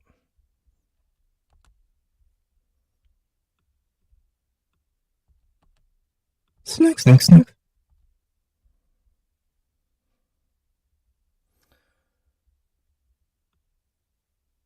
Snack, snack, snack. Yeah. Snack, snack, snack. Snack, snack, snack. Snack, snack, snack. Snack, snack, snack. I'm not convinced, guys. I'm not a big fan of this.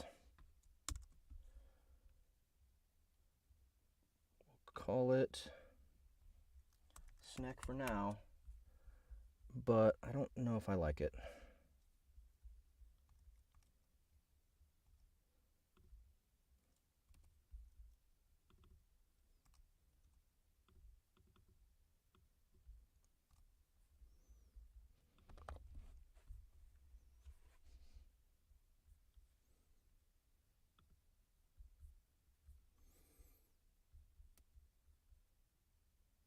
Make him German.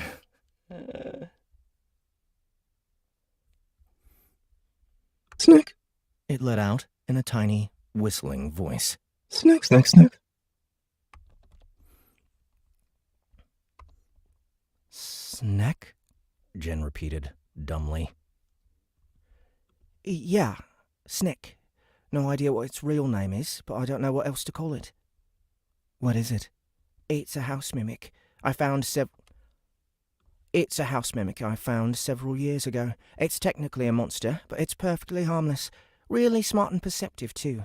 It can sense danger better than any other beast or spell I've seen, and it's never failed to warn me when it's never failed to warn me when something bad was about to happen. You had me going for a little bit, but I knew you weren't serious when he failed to react. Snack.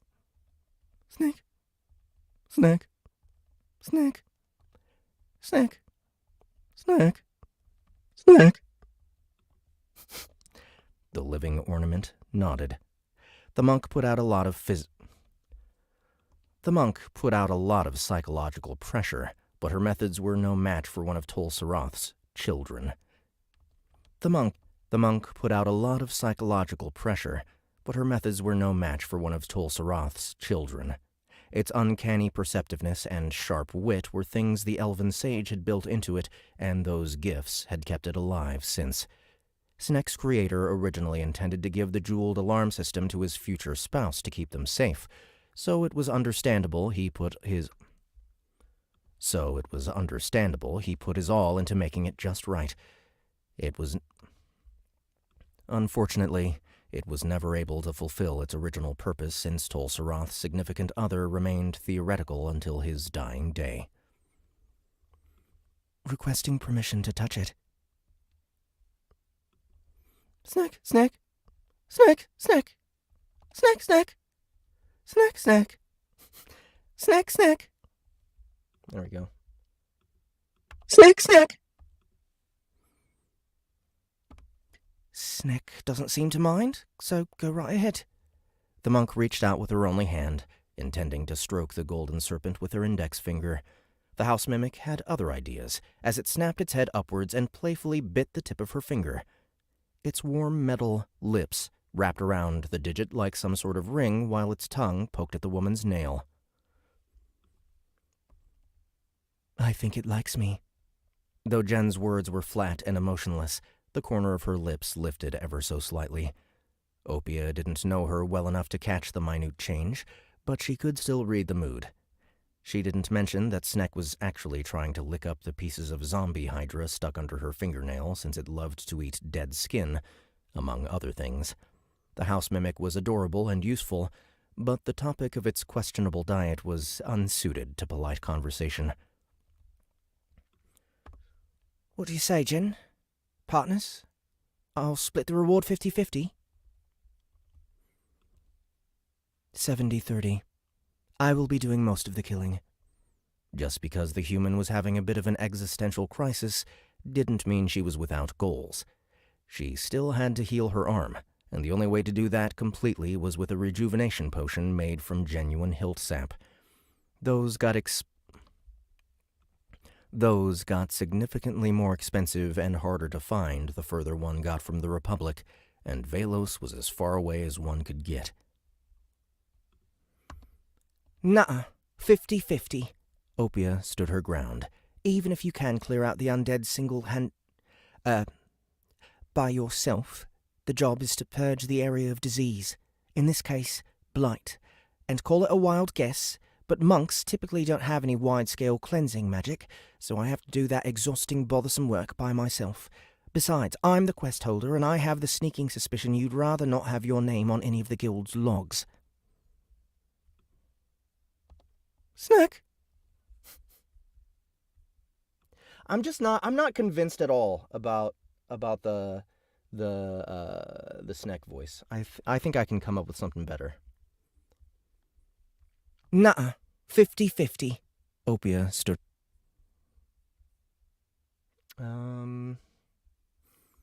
Single-hand...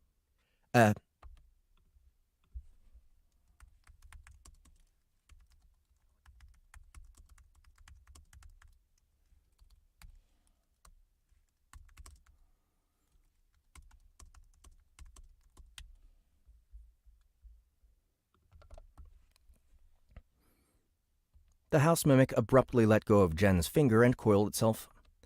The house mimic abruptly let go of Jen's finger and coiled itself around the elf's wrist, squeezing it lightly. It would appear her efforts to negotiate had earned her some genuine enmity.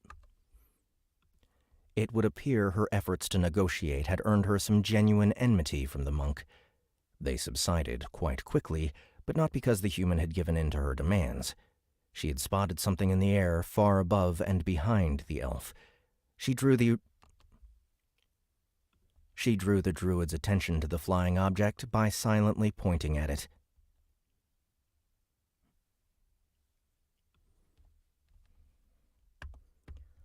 Well, fuck. Opia had already deduced there was more to this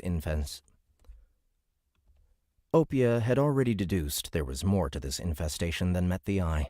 This patch of blight should not have been old enough to reanimate something as powerful as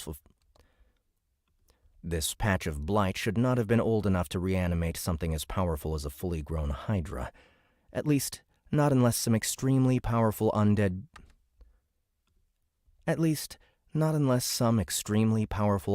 being had settled in the area.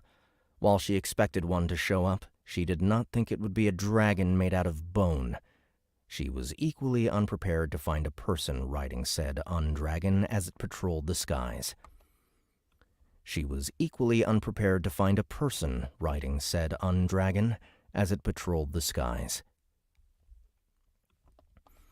70-30, Jen repeated. Sure.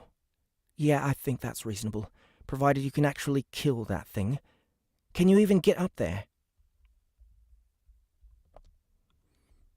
The monk answered the druid's question not with words, but with actions. A golden halo manifested above her head while a pair of radiant wings sprouted from her back, and she was soaring through the air in moments. Opia could do little but look on with stunned awe as Jen beelined for the flying undead creature, her form rapidly shrinking to resemble an arrow wreathed in holy light.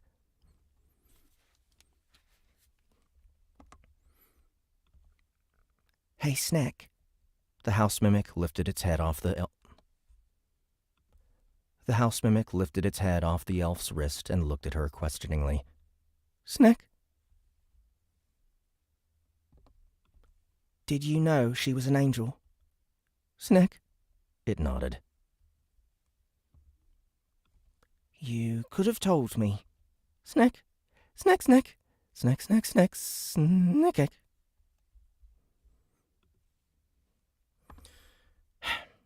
Yeah, good point. Come on, let's find Spittles. Snack? Snack, snack. Spineless or not, Jen thinks he's cute. I figure she'd be more willing to cooperate if I kept him around.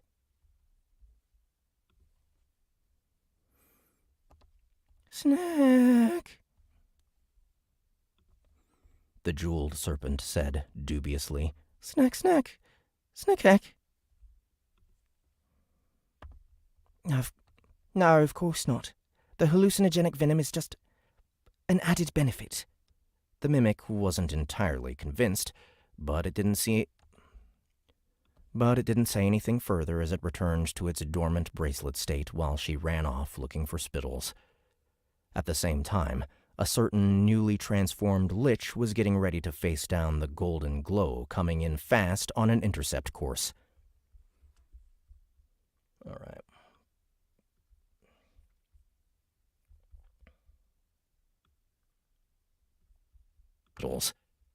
At the same time,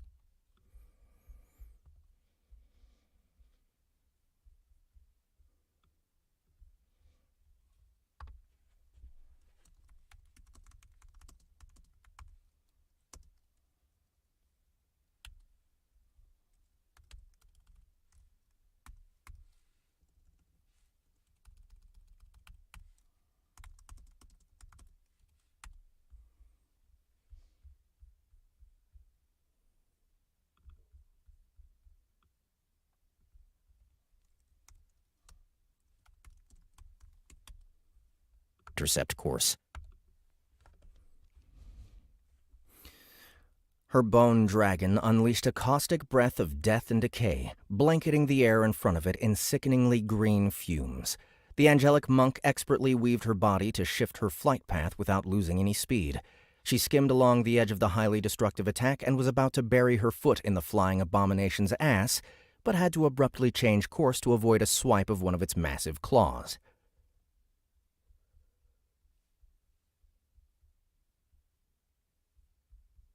And we'll go ahead and call this an action scene.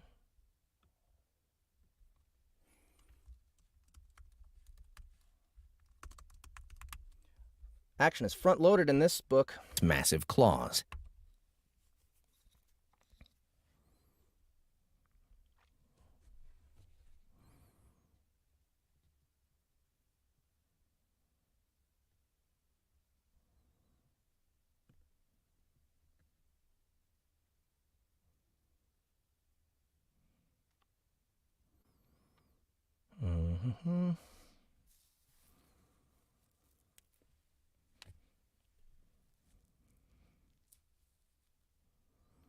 I wonder who I want to give Nora Cromwell to.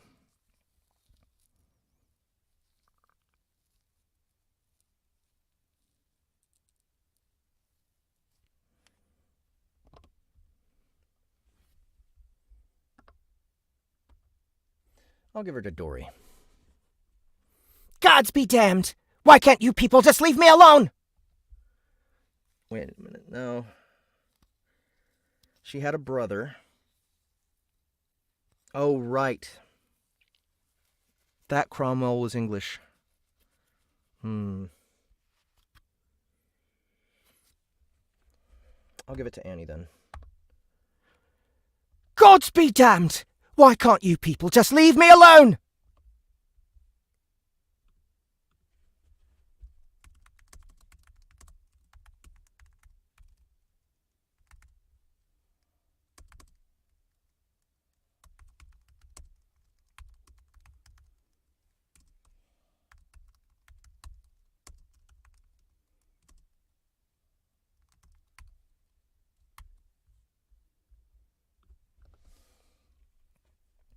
A woman's voice shrieked as Jen circled around the almost dragon.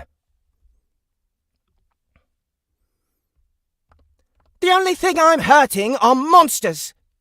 The monk did not respond.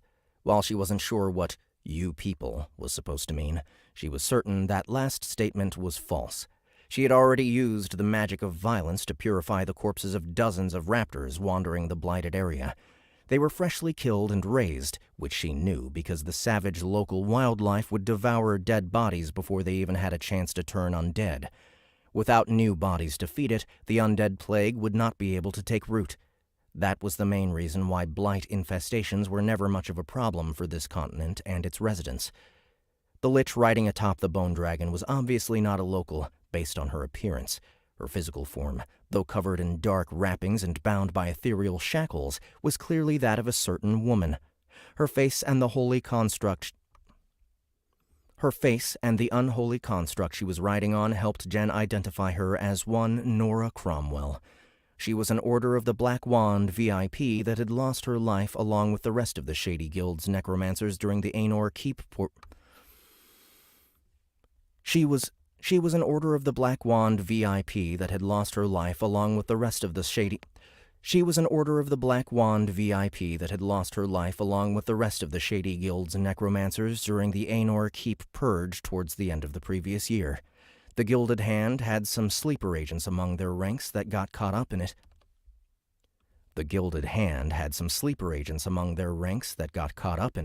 So, as one of its officers, Zone caught wind of the event and was familiar with the circumstances. She had no idea that Nora escaped the massacre by forsaking her humanity, but that didn't bother the monk. If anything, she was rather thrilled. She always wanted a showdown against the level 100 necromancer and her ultimate skill, and these circumstances only made this more exciting. The lich, on the other hand, didn't want any of this heat. She knew nothing about her opponent, other than the fact that she couldn't seem to catch the slippery bitch. Whether it be tail swipes, claw attacks, toxic breaths, or peppering her with bone shards from her ultimate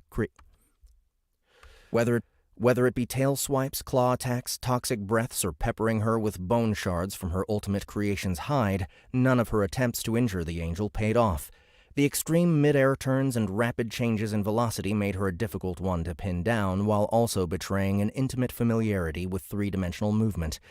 Jen was well-versed in air-to-air combat, though this wasn't a talent, skill, or anything of the sort. Much like the rest of her fighting style, this was born of experience. Over the course of her career, the monk had faced many flying fighters, not to mention actual dragons. In more recent years, she sparred regularly with griffins. It was through these bouts, simulated or not, that she was able to develop a flying technique no skill or mentor could teach.